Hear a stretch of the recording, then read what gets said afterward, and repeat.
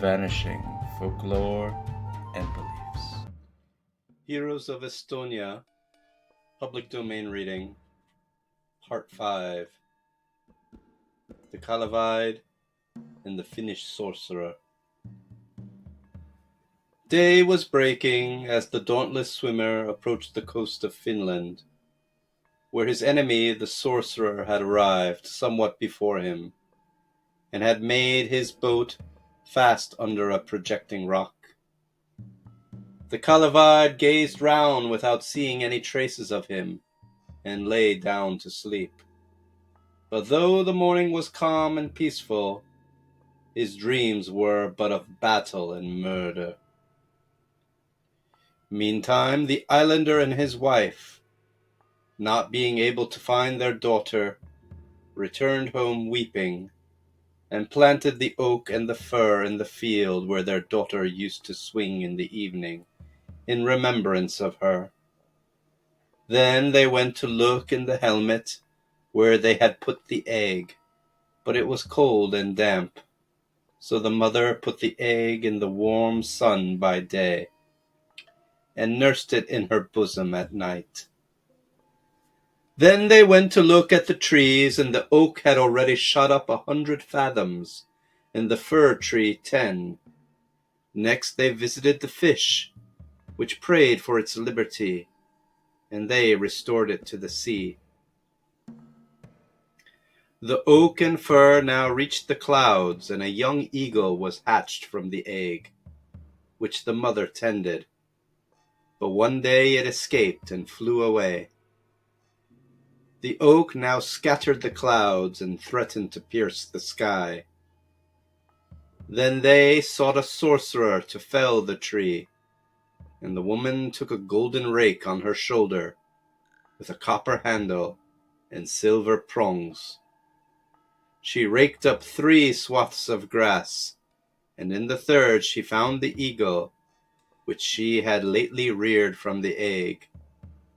She took him home, and under his wing was a little man, scarcely 2 spans high, holding an axe in his hands.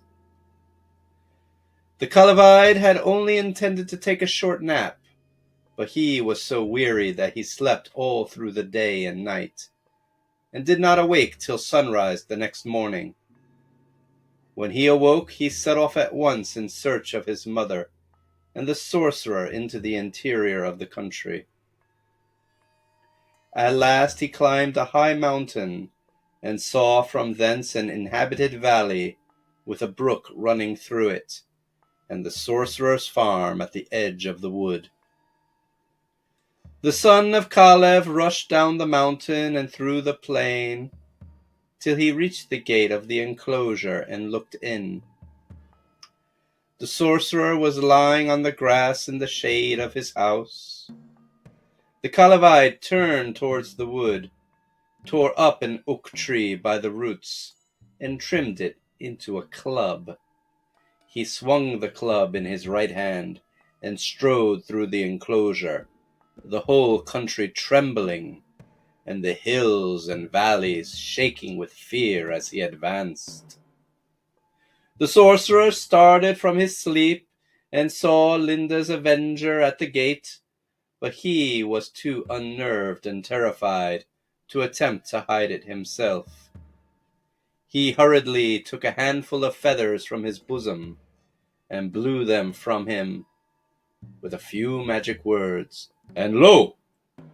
They became a host of warriors, thousands of them, warriors both on foot and mounted on horseback. The warriors rushed upon the son of Kalevh like a swarm of gnats or bees, but he laid about him with his club as if he was threshing, and beat them down, horse and man, together on all sides, like drops of hail or rain. The fight was hardly begun when it was over, and the hero waded chest-deep in their blood. The sorcerer, whose magic soldiers had never failed him before, was now at his wits' end, and prayed for mercy, giving a long account of how he had endeavoured to carry off Linda, and had been struck down by the enraged thunder god. But the Kalevide paid no attention to his speech, and after a few angry words he smashed his head with his club. And then he rushed through the house, from room to room in search of his mother, breaking open every door and lock which opposed him, while the noise resounded from far over the country. But he found not his mother, and regretted that he had killed the sorcerer, who might have now helped him. At last, wearied out with his own violence, he threw himself on a couch and wept himself to sleep. He had a vision of his mother in her youth and beauty, swinging with her companions, and awoke, convinced that she was truly dead. To listen to the rest of the story of the Kalevide from the Heroes of Estonia, click on the playlist, and please subscribe to this channel. Thank you very much for listening.